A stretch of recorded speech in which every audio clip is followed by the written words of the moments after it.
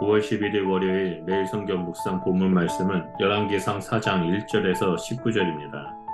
솔로몬은 하나님께 받은 지혜로 일반 백성으로부터 고위관리 그리고 왕실과 지방 전체에 이르러 다방면에서 체계를 잡아가며 왕국을 견고히 세워나갑니다.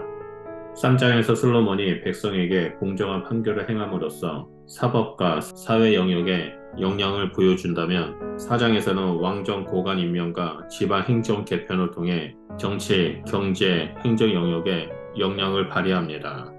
저자는 1절에서 솔로몬이 온 이스라엘의 왕이 되었다라고 밝힙니다. 이는 하나님이 다윗과 솔로몬에게 약속한 견고하고 영화로운 왕국이 성취되고 있음을 나타냅니다. 특히 그간 다윗 왕조에 나타난 이스라엘 내부의 균열과 솔로몬 이후 실제화될 이스라엘의 분단을 고려할 때 온 이스라엘의 왕이 된 것은 큰 의미가 있습니다. 온 이스라엘의 왕으로서 솔로몬은 그의 왕정을 꾸려갈 관료들을 임명합니다. 왕실 고관 목록에는 7 직책인 제사장, 서기관, 사관, 군사령관, 지방간장 책임자, 국내 내신, 노동감독관이 수록되어 있습니다. 이전에 다윗이 행정 조직의 기반을 다져두었기에 솔로몬은 이를 바탕으로 조직을 강화할 수 있었습니다.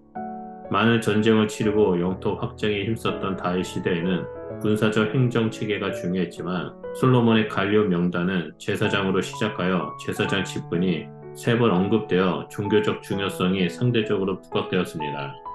지방간장 책임자와 국내 대신이 새로운 지책으로 포함되었습니다.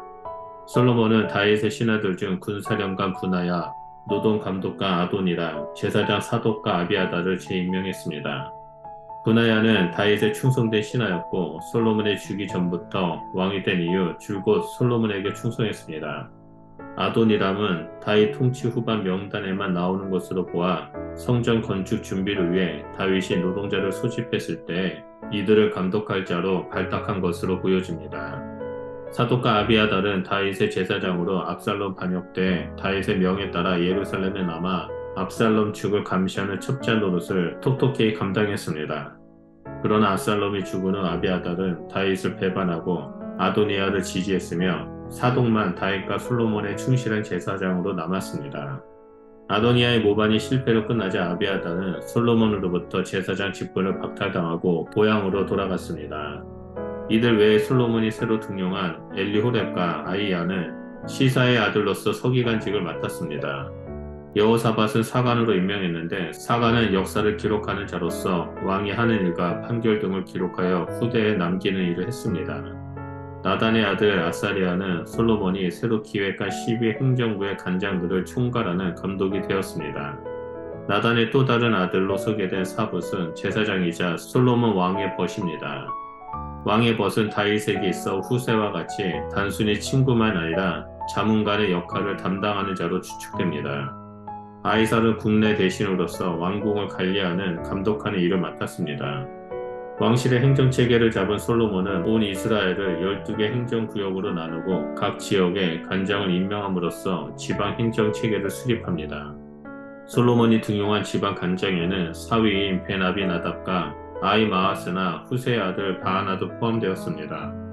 열왕기 저자는 솔로몬의 행정 조직의 주 목적이 왕실의 식량 조달로 각 행정부가 1년에 한 달씩 돌아가면서 곡식과 각축 등을 공급하는 책임을 맡았다라고 설명합니다. 또한 이들의 책임과 있는 양식 공급과 헌신으로 왕실에는 부족함이 없었고 이스라엘은 솔로몬의 지혜로운 통치로 평안한 삶을 살았습니다.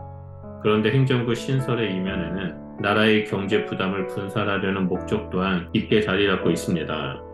솔로몬이 성전과 왕궁을 건축하고 말들을 사들이고 경거성을 축조하여 국제 무역을 확장하는 등 여러 사업을 벌였기 때문에 이를 충당할 막대한 경비와 인적 자원이 요구되었기 때문입니다.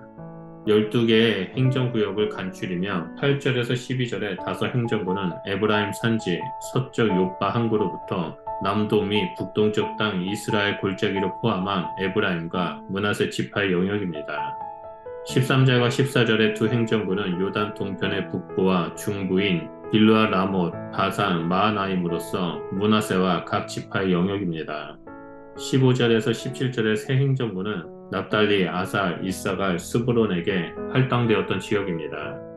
18절에서 19절 지역은 베냐민 지파 지역, 요단 동편의 아모리 왕 시온과 바산 왕 옥의 영역인 길르앗 지역으로 각각 르우벤 지파의 영역에 해당됩니다.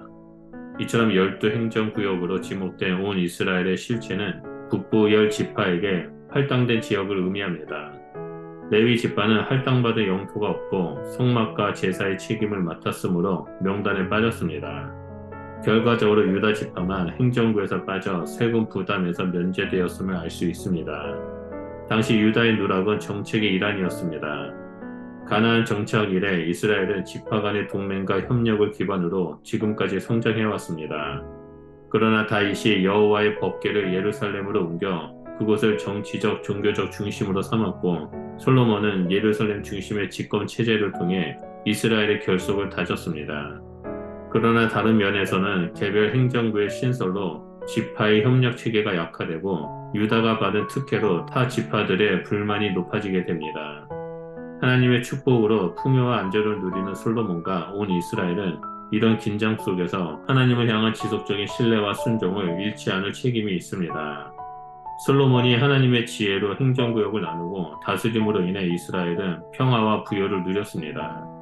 우리는 왕같은 제사장으로서 예수님께서 세상을 다스리라고 보내신 영적 통치자들입니다. 우리가 머무는 땅에 우리를 통해 하나님의 샬롬, 평강과 은혜와 사랑이 넘치는 일들이 일어나야 합니다.